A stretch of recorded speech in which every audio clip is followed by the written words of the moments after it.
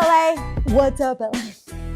I'm trying to do a Brian impression, and I cannot do that to save my life. I'm Nina Renzel. I am flying solo. I have the studio all to myself today for our August episode with your guide to everything that's happening in the LA arts community. And in this special episode about the healing power of the arts, I am blessed to have Adriana Duque, who is a Venezuelan singer, songwriter, film composer, and musician, talking with me about the healing power of the arts and how much we need them right now, how much we need the arts right now, and an on-the-street interview with Guide Dogs of America. And of course, our wonderful community calendar. Stick around. What's up, LA? What's up, LA? What's up, LA? What's up, LA?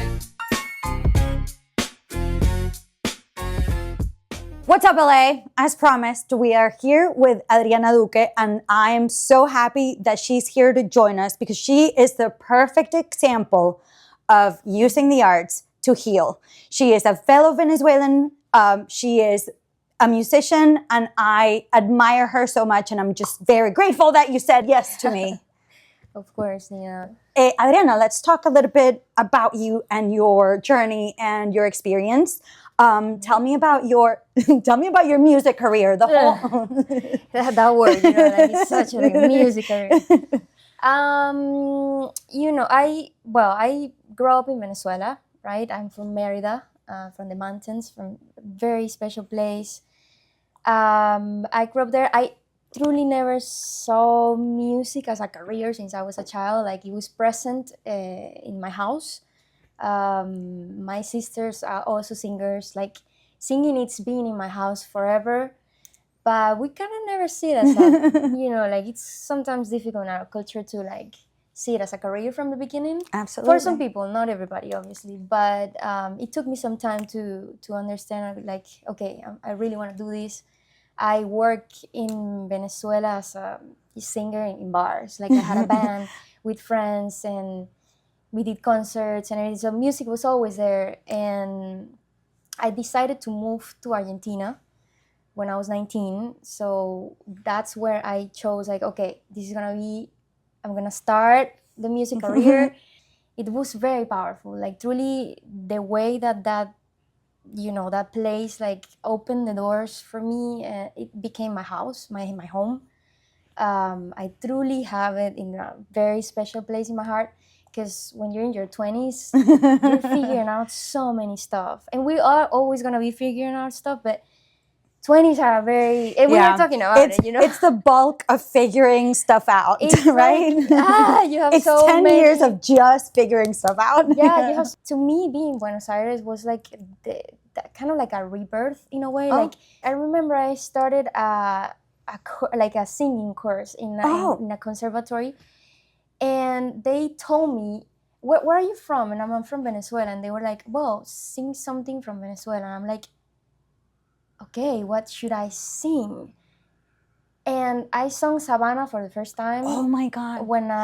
Yes. And it was so powerful, because when I sung that song, I cried. Like, I truly felt that thing of like leaving your home, like being abroad. I'm gonna cry. No, it's a lot. It's really a lot. So that moment for me was like, wow, I think I've never felt something so powerful with music.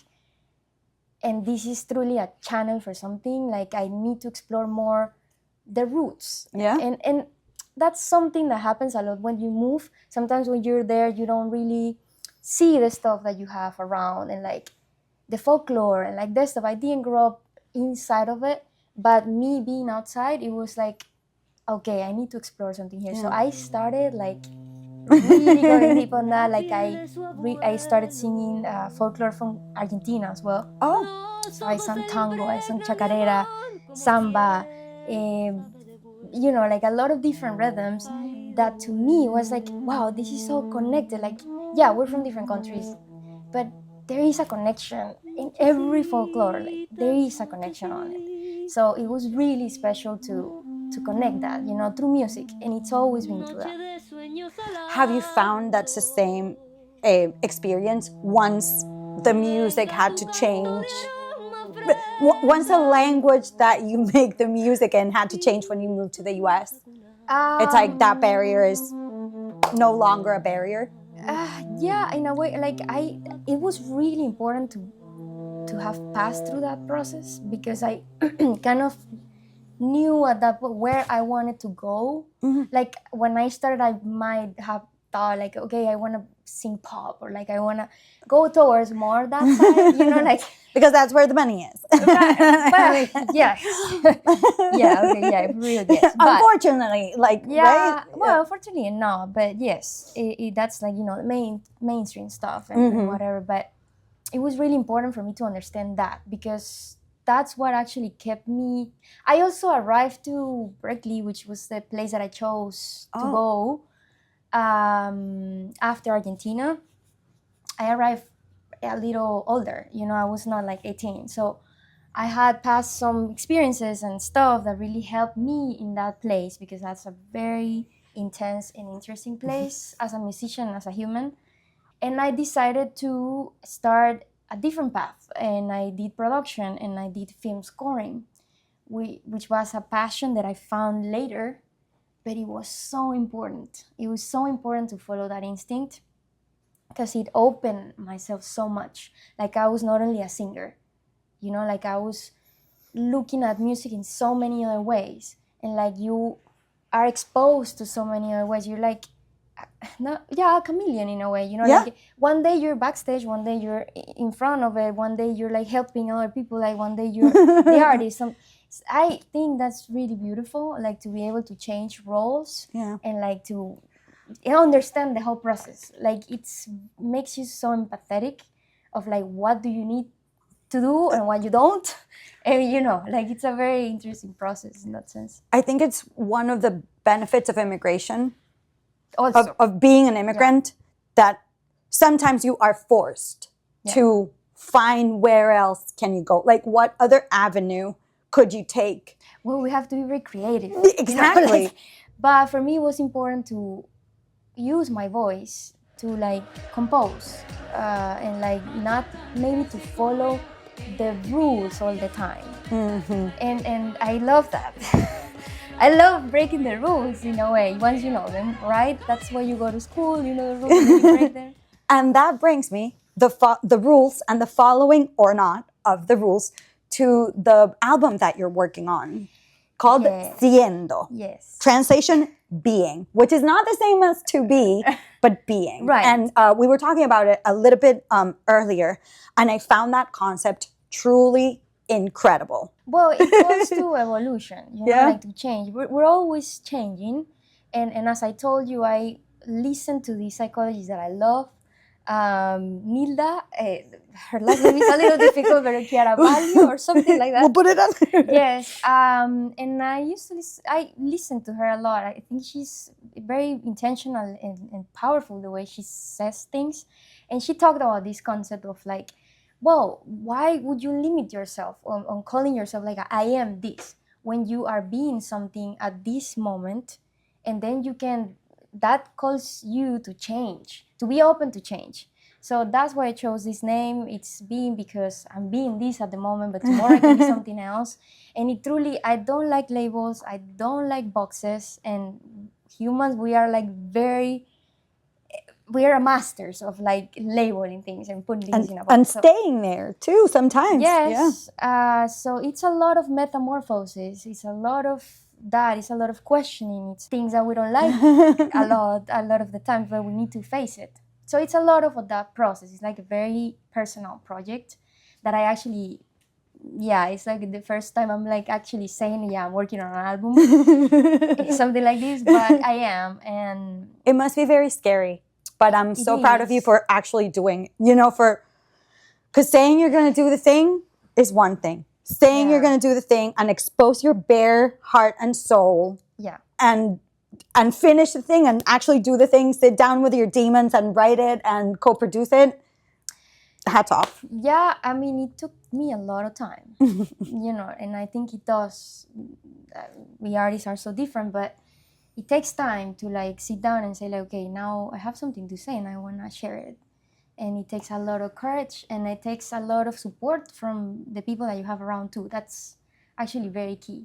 But once you gather and like you explore inside you, and like it's very beautiful also to have that process with yourself. It's very healing. And this really worked out great because you used the word healing, and I'm gonna ramble a little bit. Before I started working for Arts of Ballet, I saw the arts and I used them as a means to my happiness and my fulfillment and my celebrity and my fame and my money. And then I started working for Arts of Ballet, and I understood the real meaning of the arts, the real purpose, which is to heal everybody from within. The purpose of the arts is not for me to get famous and make money. The purpose of the arts is to build a bridge, help listen, build community, heal from within, deal with the pain, with the jealousy, with whatever you're holding inside you, and putting it out there and confronting it face on. And now I see what it's doing for us as Venezuelans after the earthquakes. Yes. Because how are we doing? Like, how are you doing? Yeah, I mean, as I told you, I think it's a very difficult question, to answer. It has like many layers. It's not like just one answer. My heart is truly with the people that are there facing all of it, because we truly don't know the magnitude or how heavy it is, because we're not there. We see it and we feel it in a different perspective, which is also very heavy, because at the end, when you're seeing the reality is different. Both sides have their own story. Yeah. But really dark stuff, and it's really heavy. So that's why I think this is very important. It's very important that we talk about, because the things that are going to live in our minds, like psychologically speaking, I just made up a new word. It's really it's really true, like it's real, and like it's really important that we take care of our psyches and our mental health. And so I really appreciate you for opening this space. Absolutely. And I think what you're doing with all of this organization, everything is so important.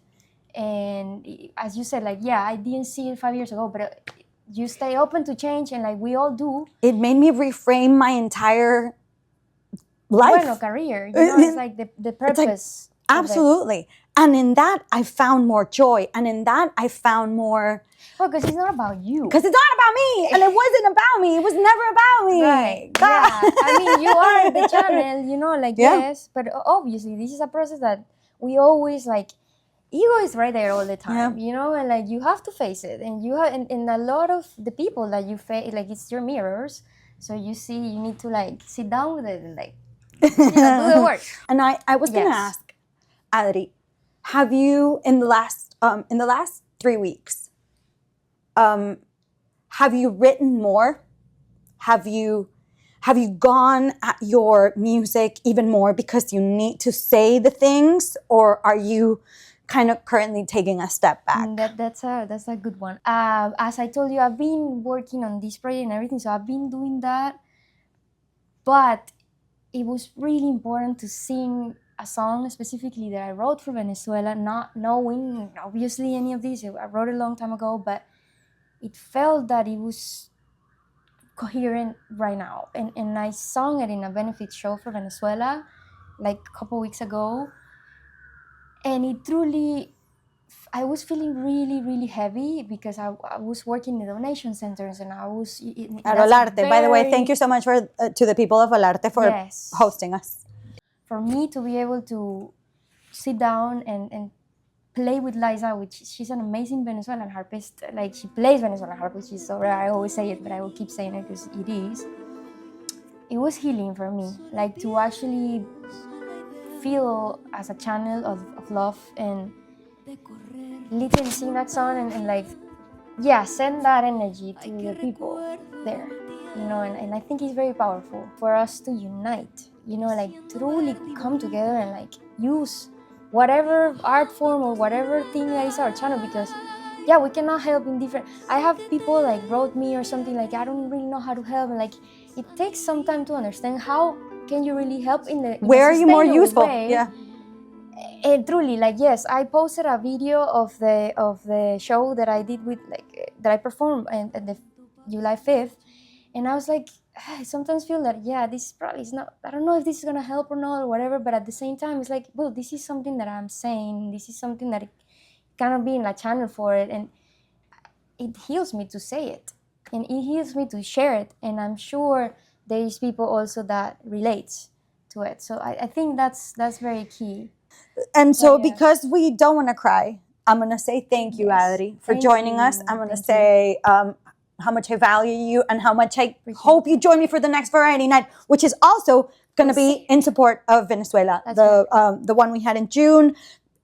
You guys know it's normally a free open mic, but because I was there, I was able to kind of like say like, hey, remember I'm Venezuelan. If anybody wants to make a donation today, super welcome. And we ended up raising some money that I sent to foundations back home and NGOs back home. And so will be the one in July, and so will be the one in August. Thank you, Ali, for joining us. Thank you for sharing your healing energy and words with us. Appreciate you a lot. Thank you so much.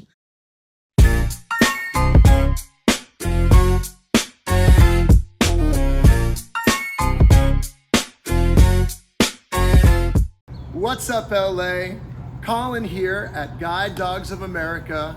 August is National Dog Month, and I can't think of a better place to be to celebrate National Dog Month than right here at Guide Dogs of America. We're going to tour this beautiful campus and talk to a few representatives here to tell us more about the organization and how they train their puppies and show us around. Come on, let's go. All right.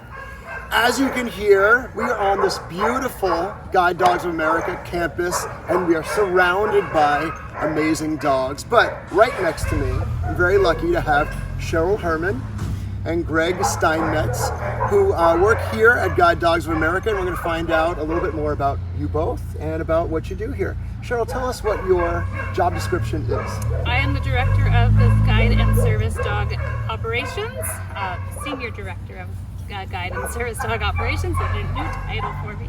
I oversee all of the dog training, all the puppy raising, so we breed, raise, and train all of the service dogs for visually impaired and for veterans, children with autism, and for facility handlers. We also have a therapy dog program, so I oversee all dog programs from breeding to the time that they get matched with somebody to retirement, throughout that whole career with that dog. Lucky. It is a fantastic job. And Greg, please tell us a little bit about what you do here. I'm the Senior Manager of Admissions and Graduate Services. I primarily oversee the guide dog admissions process. So people who are blind or visually impaired interested in a guide dog, I'm their first point of contact, assist them through the application process, educate them about guide dog training, get them into the program, and then once they graduate with a guide dog partner, be their first point of contact once they go home, and if they have need of assistance, whether it be training or behavior, access, etiquette, I coordinate support for our graduates. That's fantastic. And can you tell us about some of the different programs that you offer here? You want to talk about guide dog training? Sure. Yeah, so we offer a guide dog mobility program for people who are blind or visually impaired. It is a 3-week training course held here at our campus in Sylmar. And then we also have a new program called Orientation Mobility Immersion Program. So it's helping people who are blind or visually impaired learn how to travel independently using good orientation mobility skills and learning how to use a light cane, so that in the future, if they want to pursue a guide dog, they'll have some of the prerequisite skills. Fantastic. Can you tell me a little bit about the puppy training process? How do you get the puppies? How do you train them? And what specific personality traits are you kind of looking for in a good guide dog? So we have a puppy raising group. We breed our own dogs. So basically before inception, we are looking at that dog's overall health and temperament. Once the dogs are bred, we have a program in our nursery that they have puppies on campus here in our nursery. They have a puppy preschool that they go through. Volunteers come in and start working with them at 3 days old, doing everything from early neurological stimulation. That could be just tipping them around, getting them comfortable with body handling, different noises, different things on their bodies. We start with socks going on to the babies so they get used to something on their backs, and then once they're about 8 weeks old, they get placed with a volunteer puppy raiser. So we have about 180 puppies out in the field at the moment. So all these volunteer homes are taking them in to their lives and raising them to give them good house behaviors, socialization, basic obedience. We're focusing a lot on impulse control. A guide dog or a service dog has to ignore distractions, everyday distractions. So food on the ground, other dogs in the community, they are out there working with them. We provide classes for those puppy raisers, so we are always in contact with them. We offer group classes here Tuesday nights. They have area leaders that are also volunteers that are kind of coordinating with all those puppy raisers, inviting them out to outings, giving them oversight and some support. We also have a staff that go out and do one-on-one work with them as well in those homes. Anybody can be a puppy raiser. We will teach you. Anybody? Anybody can be a puppy raiser. We will teach you everything you need to know. You can have pets in the home as long as your dogs and pets are friendly. There's no problem having some pets in the house as well. We actually encourage it because everyday people have cats and dogs in their house as well. So how exciting. I have chickens at home. They are raised around chickens at my house. So we also have clients that have chickens and whatnot. So we want them to be very comfortable with anything that they come across in the environment. Did you hear that? If you want to be a puppy raiser, it's that simple. We are always looking for puppy raisers.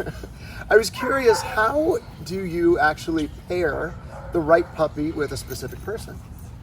You want to talk about guide dog? Yeah, on the guide dog side, during the application process, we get to know our clients through an assessment process and paperwork, and then we kind of build a profile as to what specific needs they have from their guide dog partner.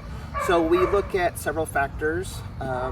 Initially, we look at physical ability, how fast does a person walk, any gait issues, length of stride, height, and then we look at home environment, lifestyle, activity. So someone that lives, in a really dense urban area, let's say Manhattan, needs a really city sound dog that can handle, large crowds, pedestrians, loud noise, traffic, subways, and that person that lives there is different than the person that maybe lives in a rural area where they don't have sidewalks, they don't have a lot of those other distractions.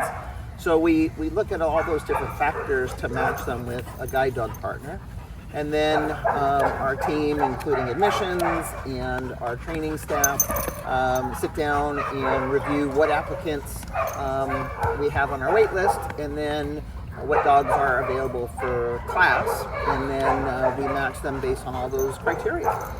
When you say Manhattan, it reminds me of what Belen told us earlier, that people come from all over at no cost to them to be able to get guide dogs. You have dormitories here where people can stay to undergo their own training and meet their dogs and become compatible at no cost to them. It's just incredible. How are you able to do that at no cost to the visually impaired community?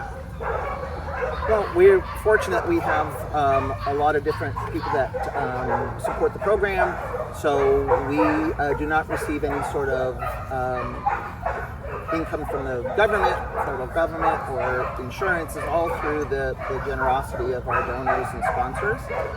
We're fortunate to have support of the International Association and Machinists Union that supports our program as well.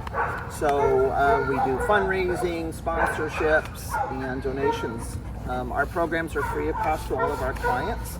as you said earlier, we serve people from throughout the United States and Canada free of cost. So we provide their transportation, housing, meals, the dogs, the training, for all of our clients.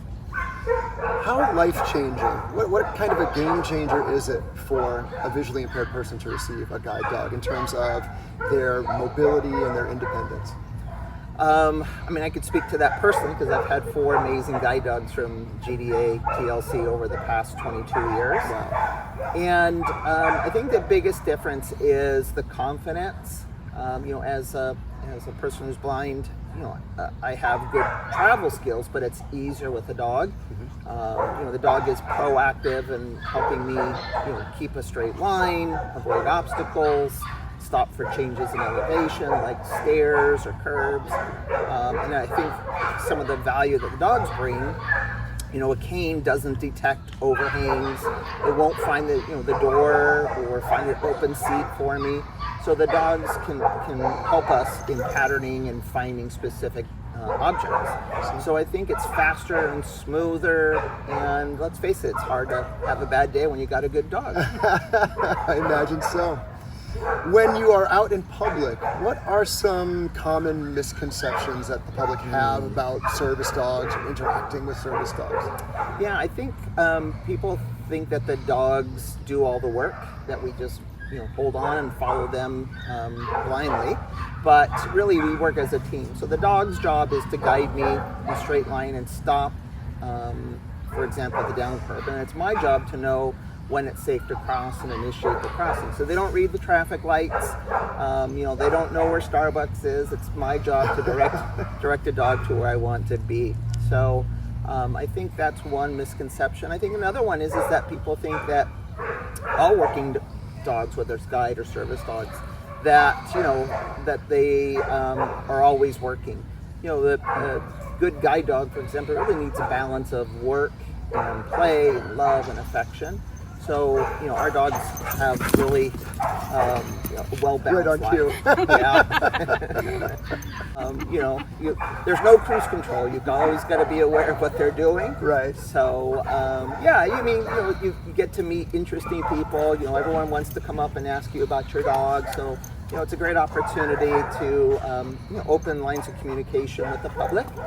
Oftentimes, for people who are blind, communication can be an issue, right? If someone comes up and says hello, if you're not making eye contact, it's hard to know. But if they come up and say, "What a beautiful dog," chances are, it's an opportunity to talk. Fantastic. For our viewers watching today, how can they learn more about Guide Dogs of America, and how can they help support you? On our website, guidedogsamerica.org, there are links to all of our programs, education about all of our different programs and how you can get involved. We're always open for donations. We obviously provide the services for our clients. The cameraman's getting licked like crazy by our dog. I'm sure he hates every second of it. So we charge free of charge to the clients to get their dogs, so somebody has to pay for that. It's all donations. We don't not get any government funding, so we rely on donations from an array of people. So can you tell us that website? guidedogsamerica.org. It's that easy, folks. guidedogofamerica.org. Well, we are so appreciative that you both took time out of your day to sit with me and share all about yourselves and about the amazing work that you do here. So check them out at guidedogofamerica.org, and we'll see you soon. Thank you both so much. Thank you.